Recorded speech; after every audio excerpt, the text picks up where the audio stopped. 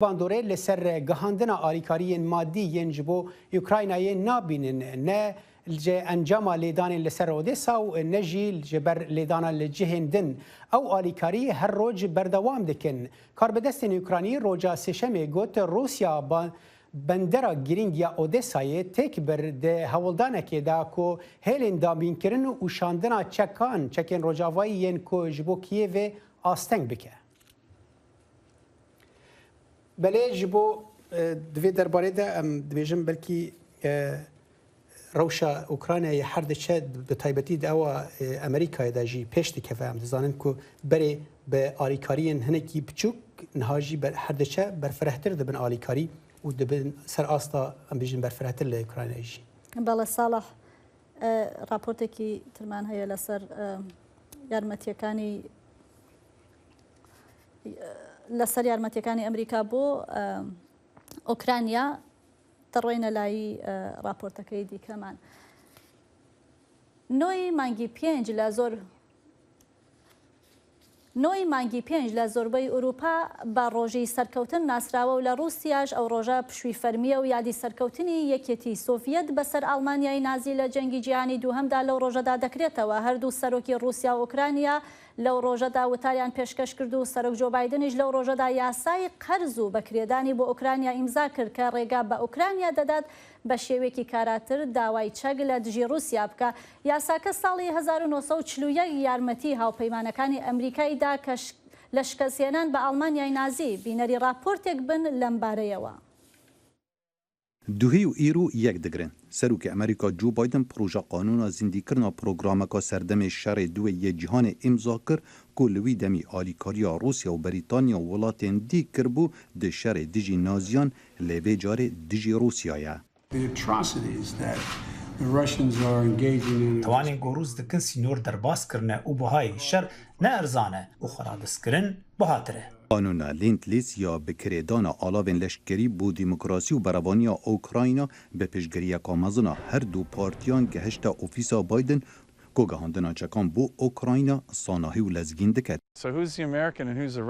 اف قانون لدمکتت پنتاگون زانیاری لسر درباز کرنا ولاتین اوکراینا بخورتی بو ناف روسیه پیش راز دکد. اوه پیوندی به بند 108 یا قانون لینت-لیز و هیا و یا دیار نها روسیا آرمانجا قازانجی جوادگری. رخصتی امنستی انترنشنال یا مافی مروان دبیجت او بلگه لسر ادعاین تاوان شری هنه. We do have indications that Ukrainians are being taken against their will into Russia. مزانیاری هنه که اوکراینی به حزاوان بو روسیا تینه و گوهستن. اوه نسر دریا دولت که برپرسه. گوهزن روسیا لدمکازوی به سال لکیف انجام داینه. روسیان آهنگا روژا سرکفتن گیرا و ولاتن سوویتا بری بیر اینانا سرکفتن بسر شر درنده ادولف هیتلر دیگرن. روسیا نمایشکا لشکری پیک اینان و هیرشن آسمانی به بهانا کشو هوای حلوشاندن. سروک روسیا ولادیمیر پوتین گوتارک پیشکش کرد و اوکراین و روش آوا بگف ناف کرن. تو شرج بو ولاتی خواه و پاش روژا خواه دکی دا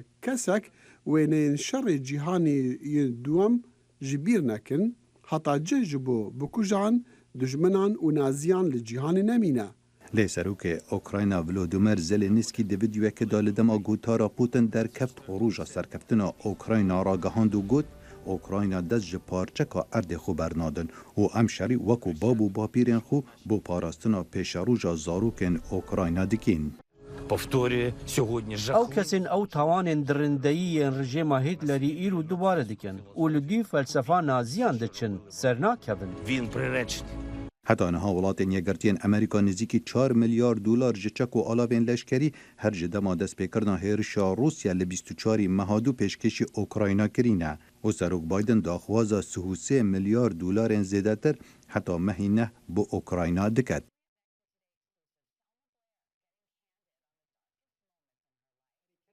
3 میلیارد دلار آلیکاری جبو اوکراینا یکر انجمن نونران 40 میلیارد دلار اریکر اونها او دچه سیناتوی جبو اریکرنی جبو رونی کرنا و مجاره انها هفکاری ما دخیل شموج پیش کنگرس امریکا به مرای دم باش دخیل ده کنگی من ببیجن سیناتو دنگدانی لدور وان آلیکاریان بکو چه ته چاوری کرن؟ ئیرۆ بەچکو ئەنجومەنی سیناتەوێ بژێت ji بۆ دەنگدانê li ser hindek projeyên dî yan hindek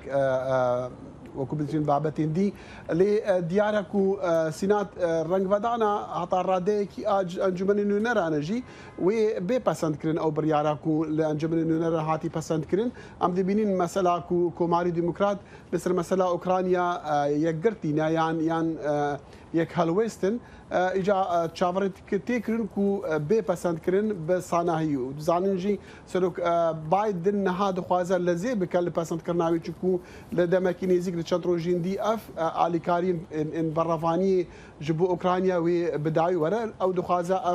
ev pere li berdest be ji bo berdewamiya wê ew alîkarî nê باشه دخیل اف اگر اف وره اریکرین هر حالت دبیجی وره اریکرین اف و چه جوره آلیکاری بنه یعنی وکو آلیکاری بره بن تنه برفرهتر بن یعنی و جوره وان آلیکاری وره گوهرتن سر اصلا لشکری نظام یعنی چه جوره آلیکاری دوی پاکیته دوی هبن برای بگومان بری کو مثلا آلیکاری به اف پیام که جی کنگرسی امریکی و جی امریکیان جی روسیا را و جی جهان را کو امریکیه گرتینه لسر مثلا اوکراینیا و بردوام به لسر وینا برانیا و آلیکاریا کو هاتی پسند کرین کو ام زانن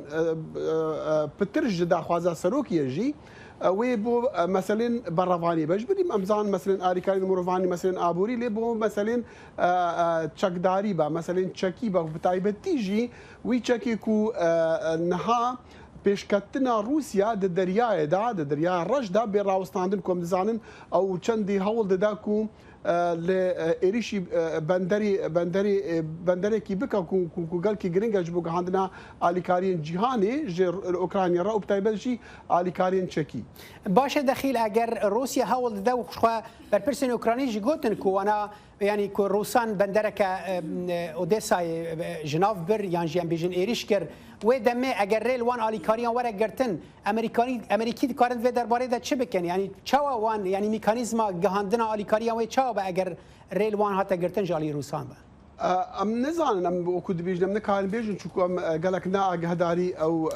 شوي بريفاتشونا الشريه باللي وكي مغوتي اوديسا كونها قالك تي بومبا بارانكو روسيا لدونباس بقشتي هرما دونباس كو قال كي شر اللي قرم دكا وديارا زانيارين ان وزاره برافانيا بريطانيا وحتى ريفبرين اغاهين امريكا جي بيش وصا بيش بين دكن كو بوتين وشري لور قال كي قرم بكابتاي بجي لكيف و خاركيف جي باش يعني اوكراني برا بيش ودشن اجا مثلا لور الشر تي قرم كرون ومثلا كو وقت تيجي الاوديسا او بندري كو جرينجا روسيا هول دا يعني هتا راديك نهاويرا كريا لي ديسان ديغال هندي جي اليكاري ديغان جي دريا راشدا لي همو هول اون كو او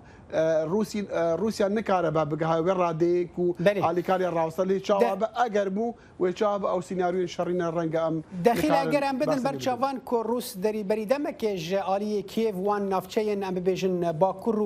روج اوا وكشيان وبهتر بالي روجلات باشور اوكرانيا و چون جی کو ام بيجن هرما دنباس جی کو جدا خوازن اليگرن روسيا لو درينا يعني امريكي بيشبينيه دكن كو جارك دون روس اگر وان هرمان كنترول بكن جارك دن ايريشي وان افچين دن بكن لو تاني لو دري بمين او دبيجن زانيارين كو ام دبيهيسين دبيجن كو تايبلجي بريطاني وامريكي جي كو سروك بوتين دخوازا ويفتر هرا يعني بالترين هرما دون بازدان نمينا برو روش او كبيجن روش هلاتا يعني هريمين دي بقرا او هريم وقت تيجي برانيك خلكيوي هتا راديك سرب روسيا الفنا يعني روسي زارن زمانا وبشتفانيا روسيا الورهيا لديارة نيازا بوتين اوكو لغور زانيارين كو ام دي بيسنج اغاين بريطاني وانا كو او هشتا پیش وترها عردی دی بگرا لانها کیشه هندی دا جبر روسان کیشه اوا كنا لكيف نا لخاركايف نكارن پیش وچونا بکن برو واجی بلکو اوکرانی لشکری روسی پاج و برنا و گراندنا بله داخلی شموتش پیش کنگرس به مراوی گلک سپاس بوا زایلی دهنان برنامه‌ی فرهنگی و هنری بەشی کوردی دەنگی ئەمریکا من ئاسۆ جەبار لە واشنگتن دیسیەوە هەردوو هەفتە جارێک دەبمە میوانی ماڵەکانتان لەگەڵمان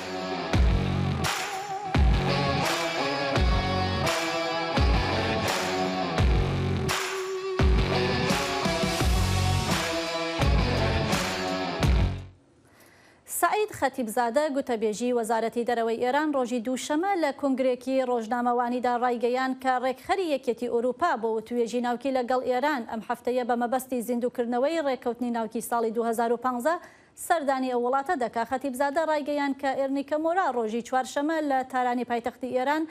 چاوی بە عەلی باقری سەرۆکی دانوسکاری ئێران دەکەوێت. ئەو گوتی ئێران لەگەڵ ئەو لایەنانەی کە لە دوای کشانەوەی ئەمریکا لە ڕێکەوتنەکەدا ماونەتەوە گەیشتونەتە ڕێکەوتن لەسەر دەقی ڕێکەوتنەکە و ئاماژەی بەوەشدا کە ئێران و ئەمریکا بە شێوەیەکی ناڕاستەوخۆ لە ڕێگەی نوێنەرانی یەکێتی ئەوروپاوە لە پەیوەندیدان. خەتیبزادە جەختی لەوەش کردەوە کە هۆکاری وەستانی گفتوگۆکانی ڤیێنا بە شێوەیەکی سەرەکی ئەمریکایە. بۆ زانیاری لەسەر دوایین هەواڵەکان لە مەڕزیندووکردنەوەی ڕێکەوتنە ناوکیەکەی ساڵی 2015 دەڕۆمە لای هاوکارم بەڵێن ساڵح کە ڕاستەوخۆ لەگەڵماندایە.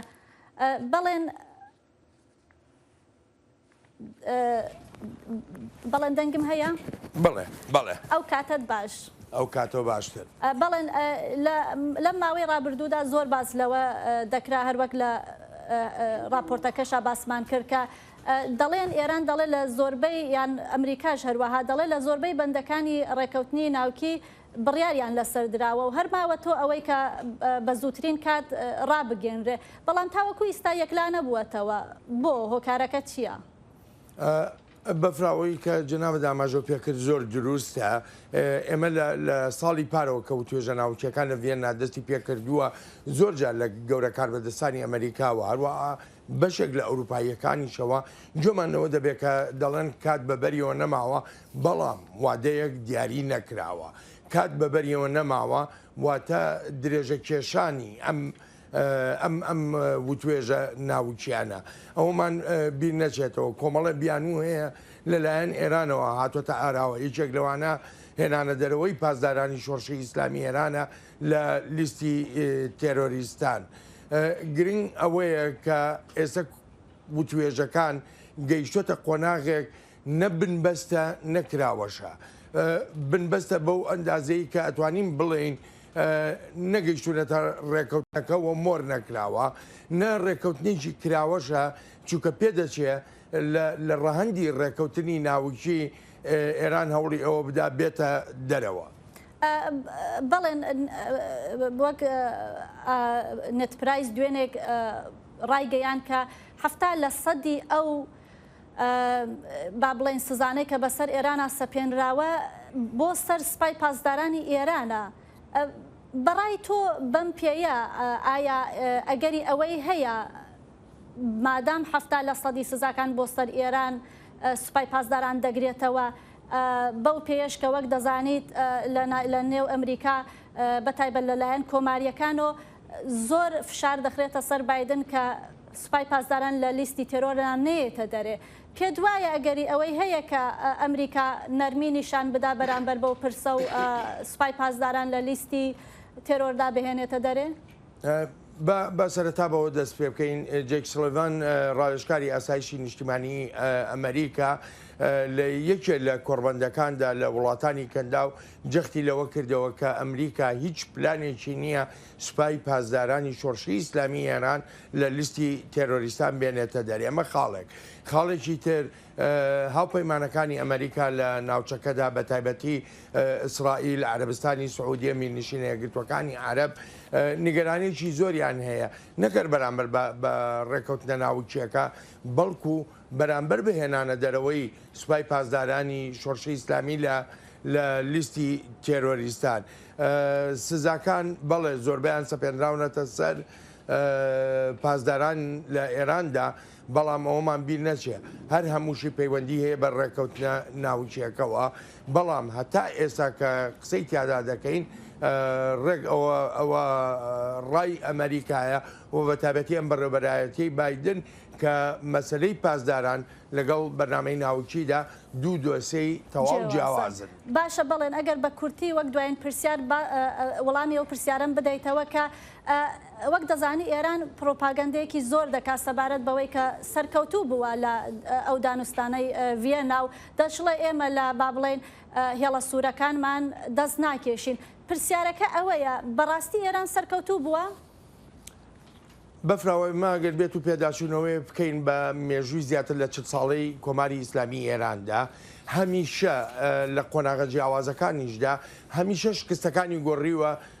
بە سەرکەوتن زمانی لێدوانی بەرپرسانی ئێرانی لە دەرەوە جۆرە زمانێکە و لە ناو وڵاتەکەدا جۆرە زمانێکە. ئێستا با ئێمە هەر تەنها سەیری کاریگەری سزاکان بکەین ئەو ڕێژەی هەژاری و برسێتی و بێکاری کە لە ئێراندا هاتۆتە ئاراوە تەماشا دەکەی میدیاکانی سەر بە کۆماری ئیسلامی ئێران وها ئاماژەی پێ دەکەن کە گەلی ئێران یاخو حکوومەتی ئێران توانیویەتی بەرەنگاری سزاکان ببێتەوە بەڵام باز لە برسێتی خەڵک ناکە. زمانی پروپاگەندەکان ئێجگار زۆرن و ئەو جۆرە زمانی کە کۆماری ئیسلامی ئێرانیش بەکاری دێنێ جۆرێکە لە جۆری چاواشەکردن بە تایبەتی بۆ ناوخۆی وڵاتەکە خەڵک لە دەرەوە دەزانێت چی دەگوزارێت لە ناو ئێراندا. ئەم زمانی ئێرانیش بەردەوام دەبێ درێژەی دەبێ بەڵام لە هەمان کاتیشدا قەیران لە ناو قەیرانە بۆ کۆماری ئیسلامی ئێران خۆی دروست دەکات. بەڵێ زۆر سپاس بەڵێن بۆ کاتەکەت. سپاس دەکەم. آجانسا نوچینا نیفرمیا ایران تصنیم ایرو چهارشنبه را گاهند که پاسدارین شورش اسلامی ایران چپرین کومن تروریست وکو او بناف دکه لهولی را پایتخت هرما کردستان عراق کر آرمانج تصنیم هر وها گوت بنگه این کومن تروریست لنافچه یا باکور عراق دناف دجی پارتیا دموکراتا کردستان ایران دمین بورید چندین جاران بونا آرمانجا ایریشن پاسداران لگور مدیای دولت پاسدارین شورش اسلامی ده ماه آدار ده گوتبو کوه ناوندین استراتژیکین اسرائیل لهولیر کرن آرمانج. بۆ زانیاری زۆرتر لەسەر ئەم ڕووداوە دەڕۆینە لای پەیامێری دەنگی ئەمریکا ئەحمەد زێباری لە هەرێمی کوردستان. ئەحمەد ئەو کاتت باش. دەنگم هەیە ئەحمەد؟ بەڵێ ئێستا دەنگ دێت. باشە. ئەحمەد دوایین زانیاریەکان لەسەر بوردمانەکانی ئێران بۆ سەر ناوچە سنووریەکانی هەرێم چین کام لە ناوچەکانی بردومان کردووە؟ بردومان بەرزەکان واتە لە بربزین کە سەر بە قەزای سۆرانە و قەزای کە لە پشتمەوە دیارە لەو زنجیرە و بەرزەیانە تا دەگاتە قەزای چۆمان لەوێ بردوماران یعنی بە پێی کاربەدەستێکی باڵای حیزبە کوردیەکانی ئێران کە پێ ڕاگەاندم تا کەمێک پێش ئەم بەرنامەیە بردومانەکە هەر بەردەوام بوو لەو شوێنانە هەموو ساڵێک یعنی لەم سێ ساڵەیە لەم سێ ساڵەیە لە مانگی پێنج تا مانگی هەشت وەکو بەڕێوەبەری ناحیەسیدەکان پێوتم بردومانەکە لەو دەڤەرانە دەکرێت تووبارانی ئەو دەڤەرانە دەکرێت لەمەوە ئەو سێ ساڵەدا ئەوان دەڵێن یەک کەس گیان لە دەزەوە سێ کەسیش بریندار بووە کە خەڵکی سیدەکان بووان یعنی بە بیانووی ئەوەی بەفرا و حکومەتی ئیسلامی ئێران تووبارانی دەڤەرەکە دەکات کە وەکۆیان دەڵێن بیانوەکە بوونی بنکە و بارەکەەکانی باشە ئەحمەد هیچ بنکە و بارگایەکی حیزبەکانی کوردستانی ئێران لەو ناوچەیانە هەیە لەو دەڤەرانە بەگشتی نییە وەک کاربەدەستانی حیزبە کوردیەکانی ئێران دەڵێن هیچ بنکە و بارگایەکی سابت لەو دەڤەرانە بەگشتی نییە ئەوەی کە ڕەنگە لە ئاشکەوتەکانە لە شوێنە دوورە دەستەکانە یعنی بە دیاری کراوی و بە بەرچاوی و بەڕوونی ئەوان هیچ بنکە و بارگایەکیان لەو دەڤەرانە نییە ئەمە وەکو بیانوویە حکومەتی ئیسلامی ئێران کە هێرش دەکاتە سەر بنکە و بارگەکانیان. باشە ئەحمەد دەمەوێت بزانم هەڵوێستی بەرپرسانی هەرێمی کوردستان سەبارەت بە بردومانەکانی ئێران چییە بۆ سەر ئەو ناوچانە؟ داوا دەکەی کاڵویستی لەسەری باڵا لە عێراق وەکو حکومەتی عێراق وەکو دەوڵەت بێتە دەنگ و بێتە سەرخەت هەڵویستی خۆی بەجددی ڕابگەینە لەسەر ئەم بردومانانە و پێشکردنی سەروەری خاکی عێراق بۆ یا بەردەوام گلەی و ڕەخنەکان ئاراستەی حکومەتی عراقی دەکرێن ینی بە پێ ئەو زانیاریانی کاربەدەستانی حکومەتی کوردستان دەڵێن کە پێیان ڕاگەیاندووما دەڵێن ئێمە داواکارین کە کۆماری ئیسلامی ئێران ئەم هێرشانە نەکات چونکە ئەمە بێهۆکارن تەنها لە هێرشانەدا خەڵکی سیڤیل و خەڵکی مەدەنی دەبنە قوربانی بەردەوام داوای ئەوە دەکرێت ینی کاربەدەستانی کۆماری ئیسلامی ئێرانیش پێیان ڕاگەیاندووم لە دوای ڕاپەڕینەوە دوای 91 تا ئێستا زیاتر لە 400 کەسیان لە هەرێمی کوردستاندا لە عێراق تیرۆر کراون کوژراون لەناو براون یعنی بە شێوازی جۆرا و جۆر لەناو براون لە ڕێگەی دانانی بۆمبەوە لە ڕێگەی مۆشەکەەوە لە ڕێگەی تۆپبارانەوە لە ڕێگەی درۆن و فڕۆکەوە لە ڕێگەی ڕفاندنەوە یعنی بۆیە ئەمە دەمێکە ئەم تۆپباران و ئەم هێرشانە بۆ سەر بەتایبەتی ئەندام و کار بەدەست و لایەنگرانی حیزبە کوردیەکانی ئێران لە هەرێمی کوردستاندا هەر هەیە بۆ ئەوان داواکارن کە هەڵویستێکی جدی لەسەر ئاستی عراق بێتە دەنگ کە سەروەری خاکی عراق پێشێل دەکرێت لەلایەن کوماری ئیسلامی ئێرانەوە. بەڵێ زۆر سپاس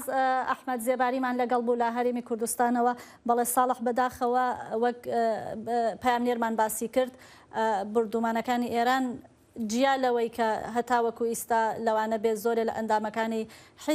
حیزبەکانی کوردستانی ئێرانیان با بڵێن گیانیان لەدەستدا بێ بەو هۆوە هەروەها خەڵکی ناوچەکەش دەبنە قوربانی ئەفژی بەفرا و نیشانەوەیەکێ دێکە عێراق وڵاتێکی نەسەقامگیرە ئەگەر وا بێت چمکی نەتەنە ئێران تورکیژی ئالیکیدا ئێریشتیکە و ئەم ببێژن بەهانەیە کو ئێریشی بنگەین پارتیا کارکەری کوردستان پەکێکی کە هەر حال لەوێ دەرێنا کوکی بەردەوامن بەرنامەمەیشی لەڤر بەردەوامە هەر حال ئەم دەوێ ئەوێدا ژی ئەم بەحسا لە ئەمریکای بەحسا مافێژ بەرخۆبرنا زارۆکان ژالیە ژنان و کۆ بووە جهێ ئەم ببێژن ئەوێن تند دناوێنا کۆماری و دەموقراتاندا هەر حال بەری وێژی ئەم دەچنە ناوبەرێکی دەنگێ ئەمریکا جافکانیەکە پێباوەریان و چاو ئاگاهیان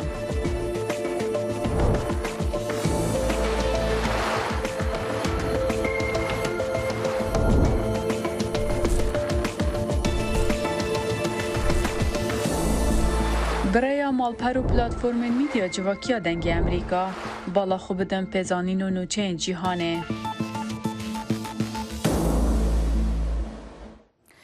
گروپێک لە یاسادانەرانی دیموکرات داوای کۆتایی پێهێنانی مشتومڕەکانی سێنات دەکەن سەبارەت بە ئەگەری هەڵوەشاندنەوەی یاسای لەباربردنی منداڵ و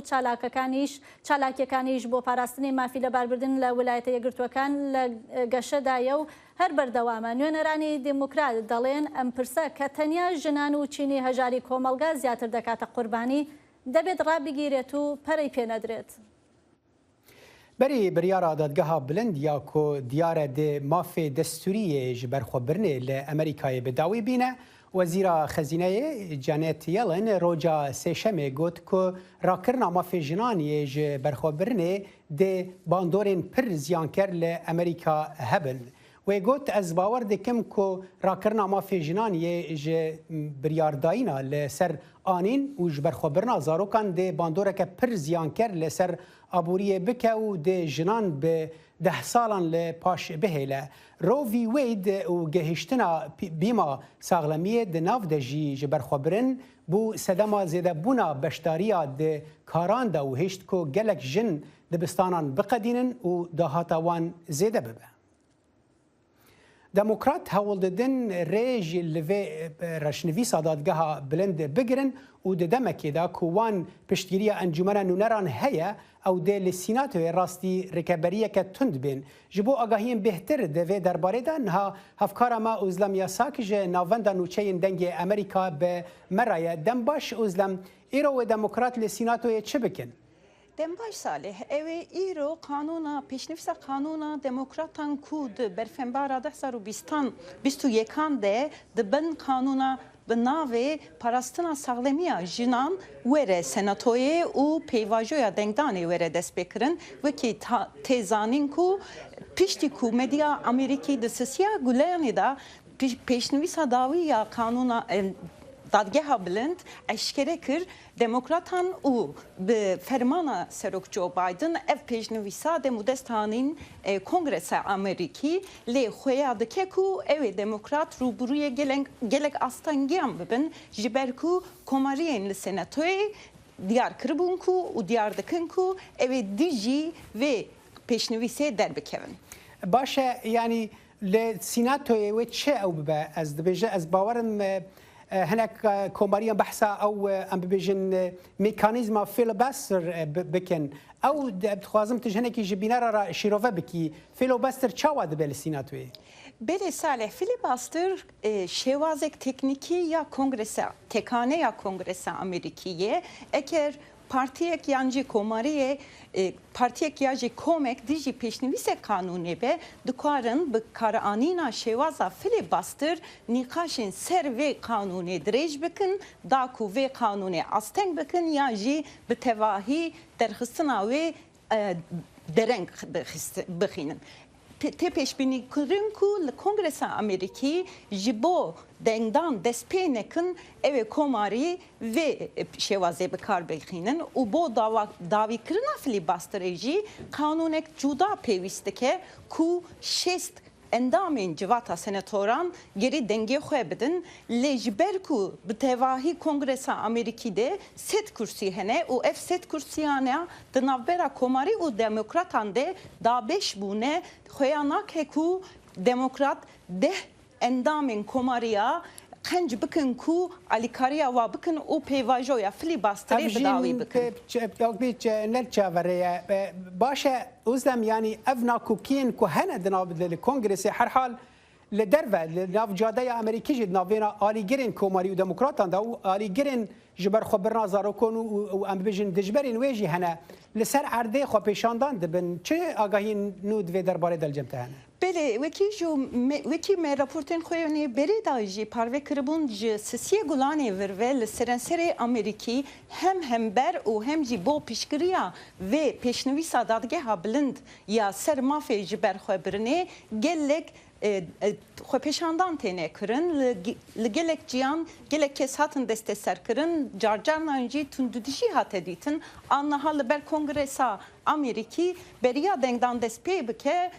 کومینجنان و مافان خو پیشاندان اگل داردخن لیتی خویا کرن کو ازلم خالت زلال بو ازلم یاساک جناوندان نوچه دنگ امریکا گلک سپاس برای بفراو براستی تشتکی بالکشه یعنی او تکنیکا فیلوباستر لامریکا تنه هي کسک دوی رابه با اخوه نهیله پروسه بگه آسا دنگدانه یعنی دبی نچه دستاوه کیش چه نابه هنک جاران مدیتنه که تنه چیروکا دخوینن پرتوکه که چیروکا لبر خوداتین دخوینن تنه جبو بند بکن افجی هنک دموکرات حول دادن که وی پروسه تفدا جناف ببن لی پروسه کدم دریج بەڵێ ساڵح تەنانەت بەپێی ئەو زانیاریانەی کە دەستم گەیشتووە لە دوێنێ لە خوێندنگەکانی با بڵێم ناوچەکانی ڤێرجینیاش منداڵان لە مەکتەب چوو بوونە دەرەوە و ڕای خۆیان سەبارەت بە ئەو یاسایە دەربڕی بوو هەندێکە دژی وەستا بوونەوە هەندێکیشان کە خۆیان بەلایەن گریژیان دەزانن با بڵێن دفاعیان کردبوو یا بەرگریان کردبوو لە هەڵوەشاندنەوەی یاساکە بەڵام راپۆرتی دیکەش و سەرنجڕاکێشمان هەیە بەڵام پێش ئەوە راپۆرتەکانی دیگە ڕابگەێنین دەڕوێنە لای ناوبڕێک وەرەگرین و دەگەڕێنەوە وڵاتان.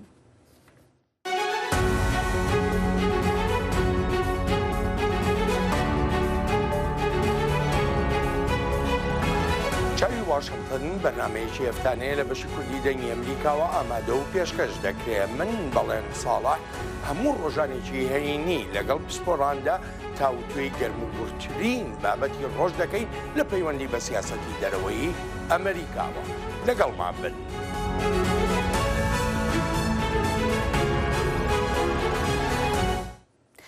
بەخشەرانی نێودەوڵەتی ڕۆژی سێشەمە لە بروکسل شەشەمین کنفرانسی خۆیان لەسەر سووریا ئەنجامدا و ڕایانگەیان کە نابێ خەڵکی سووریا لەبیر بکرێن تەنانەت لە کاتێکدا کە جەنگی ئوکرانیا سەرنجی جیهانی بۆ خۆی ڕاکێشاوە لە کنفرانسەکەدا بڕی 6.4 میلیارد دلار بۆ یارمەتیدانی سووریا و وڵاتانی دراوسێ کە میێوانداری پەنابەرانی سووریا دەکەن کۆکراوەتەوە بە لە بەرچاوگرتنی ئەوەی کە پارەکە نەچێ بۆ حکوومەتی سووریا لەو کنفرانسەدا نزیکەی 70 وڵات و ڕێکخراوی نێودەوڵەتی بە ئاژانسەکانی نەتەوە یەکگرتوەکانیشەوە بەشدار بوون. شەڕی سووریا لە ساڵی 2011ەوە دەستی پێکردووە و ئیستا 12 ساڵە بەردەوامە و زیاتر لە 9 میلیۆن کەس تێدا کوژراون بە گوێرەی ڕێکخراوی یۆنیسێف 9.3 میلیۆن منداڵی سووری لە ناو وڵات و دەرەوەی وڵات پێویستیان بە هاوکاری هەیە لە ئیستادا. هەر لە سوورێ لە کامپا هۆلێ دە بهتری 10,000 ژن و زارۆکên malbatên Daişê hene ku ji 7,000 zarokên ji 66 welatan pêk tên. Ev zarok dibin bandora nerînên tund yên dayîkên xwe yên Daişî de ne ew fêrî tundiyê dibin û cilên Efxanî û cîhadiyan li wan dikin. Efxaniyên bêhter agahî bêhter di vê raportê de. اف کامپا هولیه و اف جی بشی بیانیانه لکامپی لوی بشی لگوری دانه نتوین یک بوی نزیکی 9,000 زاروک و جن هنه جوان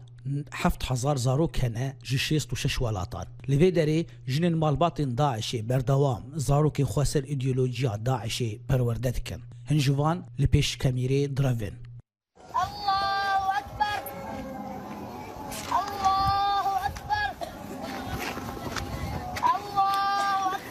دوی ویدیو دا گو مبدست خست جره و بریا کامپی دیار دبکه گو زاروک کی بیتری 10 سالی بویا امام لپیش هجمارک زاروک و جن لمیج دکه او یک لگوری ایدئولوژیا داعشی گو اف زاروک بویا امیر و مبایعه وی کرنه آنگو او بجارتنه ببه لیدر ایوان یه لشکری و اولی لوی داره وی کوما جنان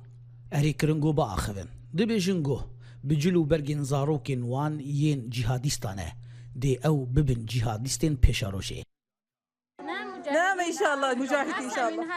او ببن جهاديست ام باورن دي دولتا اسلامي وگره و زاروکن ما دي ببن جهاديست اري ام وان پرورده هر تشتي دكين دما ام بيتر نزيك دبن كريارين تونجي لسر زاروكا ديار دبن مينا في زاروكي جو بجلن افغاني گوتي ناسين آنگو جلو برگین جهادستان قفا کشتنی لمدخوه وجمرة دبيجا قاور أنا أقتلكم أنت لا والله إذا أنا الدولة ما راح أقتلكم أنت مو دولة إسلامية أمي وبكجن ودولة إسلامي فقرة وأمي وبكجن هن دولة إسلامينا هن قاورن اف جنجي دما مديت كيرك نشاني مدى مساجا قفا كشتنيه لنزيكي بازارا فيك بشي جنك اريكر قوبا اخوه عبد الله جنك هم ولاتيا تشينيه بخدي دو زاروكانه دبيجا قونها خورترن و او زاروكين خوا پروردتكن عبد الله دبيجا قو ايريشال سركرتيكا صناعه دسباتا في صالي ده مورالي وان بلنكريا وان بهيستر كريا بعد ما طلع الاخوه هاجموا هيك يعني بصراحه نحن فرحنا لانه راح يرجع للاسلام والاخوه راح يطلع من السجن بصراحه بالنسبه لنا يعني هم يطلع من السجن من بعد 3 سنوات هاي مو شيء طبيعي يعني يضل بالسنين صح ولا لا؟ اصلا نحن اقوى من قبل كيف؟ ما نحس حالنا ضعفاء بشتي هيرشا سرگرتيگه هاسينا ما كيف كر ام نباورنده حيا هفسرين ما دزنداني دبن ام جبري بهسترن راستا دما ام جبا خوزي دركتن ام قلس بون لينها ام بهز بونا لهر دوري بهز بونا دناف كمبيدا ام زكاتي ددنهف و لجنين هجار ناف مدى بلاف دكين كلياتنا اغنياء في المخيم نجمع مصاري الاوزاع عندنا مصاري كبير نطلع كثير نطلع زكاة ونوزع على الاخوات بردوام اف زاروك وجنين توندين مالباتن داعشي ايريشان بيكتينن هروها دناوا بشين دنداي سوري وعراقي ده حفتانه قربانيين سردستيشانين داعشي هنا او بتشكان تينا كشتن وهن جارانجي شرو بفشون بسلاحان دردي كفد ناف برا وان شانيان وهيزن اولكاريه لكامبي لجهك جدا جناف مالباطن داعشي ينتوند لكامبي هجمارك مالباطن قربانيين سردستيشانين داعشي هاتنا بجيه كرن جو جهكي اولا احمد جنك عراقيه جو قفا كشتني لي هاتيا خوار وهاتيا ذا هستن في بشي احمد سر مجارة بكار آنينا زاروكان وپرورديا وان داخفه دبيجا شانين داعشي بهزبونه وشكت دستوان دهنه لازم تنتقموا لابهاتكم لازم تظل يعني دايكن زاروكان جوان را دبيجن دوي هون وكا بابي و ببن جهاديست وان روجانا پرورده دكن داعشي نوت جسدي كم كنترول كرينا چكين دستي وان هنا حياكو روكيت جي هنا چكين دستي وان هنا حياكو روكيت جي هنا وماين سردستان تشيكرينا سفرية فخخونها يخلونا مال تفجير يعني محضرين شيء كبيرهم افديمن جوديا كنترولي يا كاميريا لكامبيه تيدا آلك رشتي هلدان ميناغو بيجن افدر دولتا اسلامي لكامبيه زانا عمر دنجي امريكا كامبا هولي براستیجی کامپا هولی لباکروجلات سوریه بویه پرسکریک و چافدیر دبیجن پیوستی به چارەسەریە کە مایندە ji بۆ کامپا هولی هەیە ئەگەر نا و ڕەوش هەر خراپتر ببە ji بۆ بەر ێریشên داعشê li kampê rêxistina Nerwîcî NRC ku li kampê kar dike کاری خو راوستاند جبو زانیارین بهتر نها پیامنیر ما زانا عمر جه قامشلوی بمرایه دم باش زانا روشن های کامپی چاوایه دم باش بله نها ایرو درو هنک ایریشن شانه داعشه لسر هن ريخستن لسر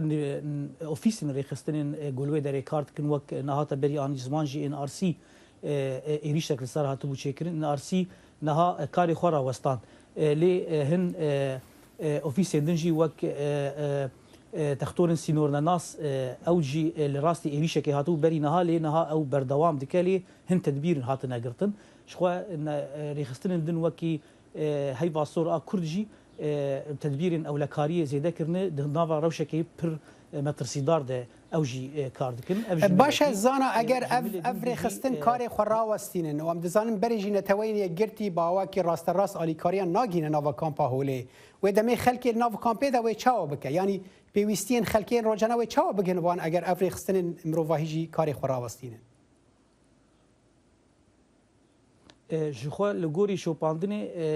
د شانه داعش ارمانجاوي افيغو اوري خستنانا ورن راوستاندن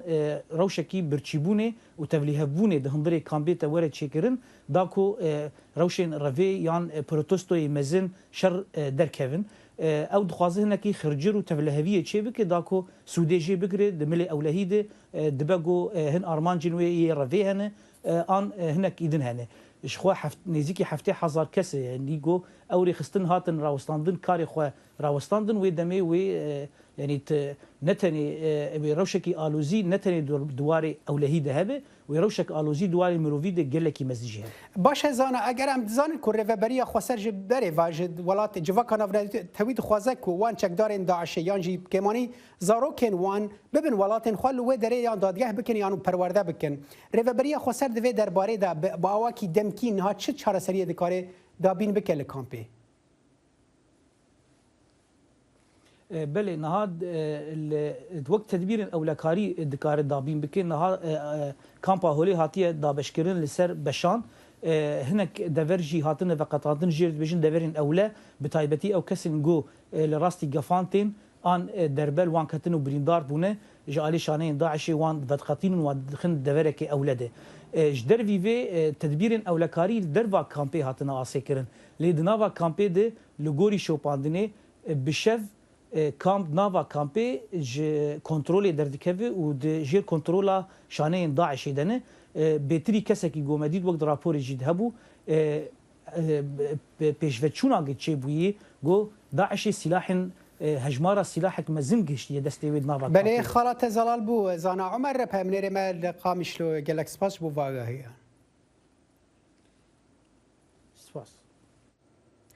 کەناڵی ئەلجەزیرە ڕایگەیان کە ڕۆژنامەنووسی بە ئەزمموی کەناڵەکەی شیرین ئەبوو ئەقلا لەلایەن هێزەکانی ئیسرائیلەوە کوژراوە ئەو کاناڵە گوتی ڕووداوەکە لە کاتێکدا بووە کە ڕۆژنامەنووسەکە ڕۆماڵی هێرشەکەی ئیسرائیلی کردووە بۆ سەر کەمپیاوارەکانی جێنین لە کەناراوەکانی ڕۆژاوە ئەلجەزیرە داوای لە کۆمەڵگەی نێودەوڵەتی کرد لێ پێچینەوە لە هێزەکانی ئیسرائیل بکەن لەسەر بە ئامانجکردن و کوشتنی بەمەبەستی ئەبوو ئەقلا و گوتیشی ڕووداوەکە کوشتنێکی دەڕەندانە و پێشێلکردنی یاسا و بەها نێودەوڵەتیەکان بووە.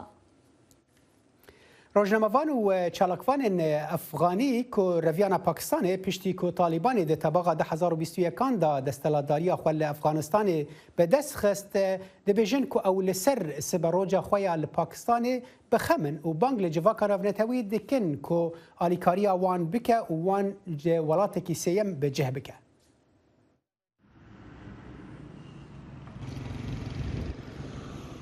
روزنامه‌وان و جالاگوانên افغانî ku şiya bûn ji desthilatdariya Talîbanê ji Efxanistanê birevin ji bo harîkariyê bang li civaka navneteweyî dikin.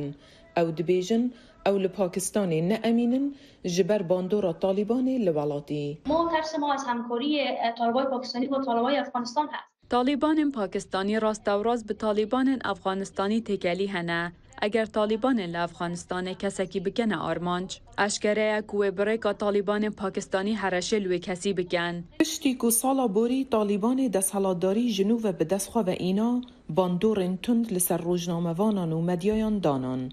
لگوری لکولین نوین فدراسیون روزنامه‌وان ناونتوی یا چاودێریya مدیای نزیکی 600 حتی 1000 روزنامه‌وان ji Afganistanê raviyayne û 203 حتی 300 saziyên ragihandinê hatine daxistin. Li Pakistanê penaberên Efganî ji civaka navneteweyî dixwazin ku wan ji bîr nekin. Em bank li civaka navneteweyî û çavderên medyayê dikin ku rojnamevanên Efganî ji bîr nekin û dozên kesên ku li vir in bişopînin û ji bo derxistina kesên li Efganistanê alîkariyê bikin. Hin penaberên Efganî li ber bingehê UNHCR li İslamabadê xwepêşandanê dikin û dixwazin ku wan veguhêsin welatekî din. Gelek ji wan kaxezên xwe yên tomarkirinê dirandin ku nîşanek bû ji bo daxwazkirina hevdîtina duwem ji bo veguhastina wan.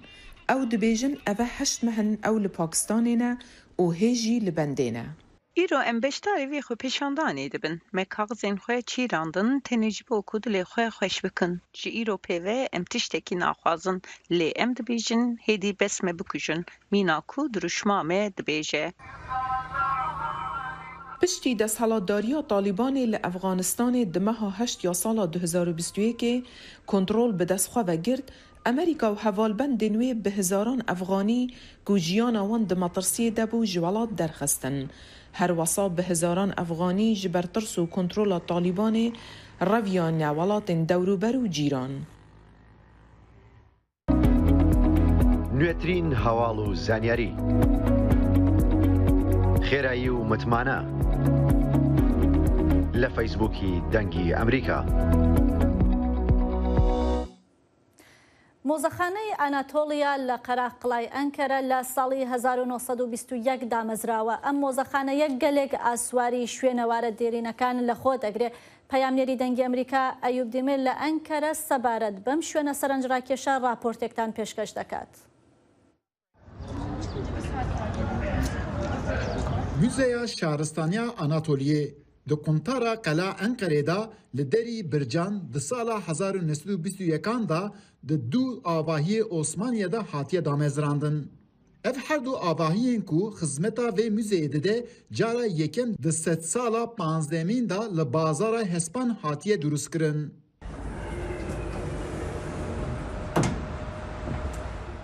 Di vê müzeyê de berhemên arkeolojik li gorî rêzekê hatine pişandin. Yên dema paleolîtik, mezolîtik, neolîtik, serdema maden, Asur, Hitit, Firik, Urartu û di gelek beşên din da berhem têne pişandin.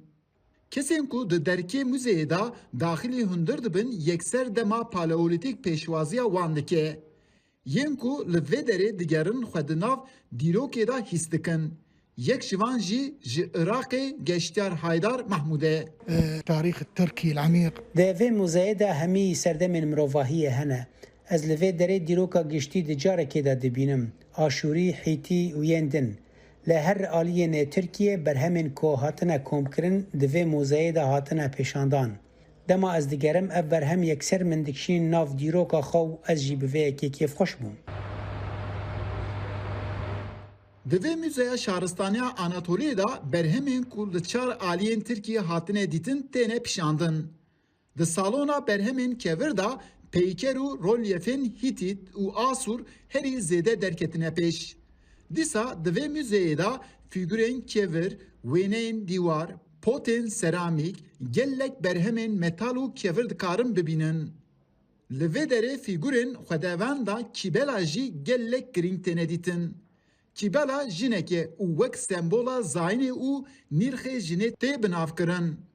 Li ber vê jî di vê müzeyê da jî giringiyeka mezin didin fîgürê xwedewandan. Ben Ankara'da oturmuyorum. Ez ji Ankara'nînim. Ji derveyê Ankara'yê hatim vê derê. Min di derbarê Müzexaneya Şaristaniya Anatolyayê de gelek tişt bîst bû. Lê cara yekê ku ez vê derê dibînim. Hem bi giştî ev müzexane û hem jî berhemên ku li vê derê têne pêşkeşkirin bandorek mezin li ser min çêkir. Ev ji bo min tiştekî nevaze ye.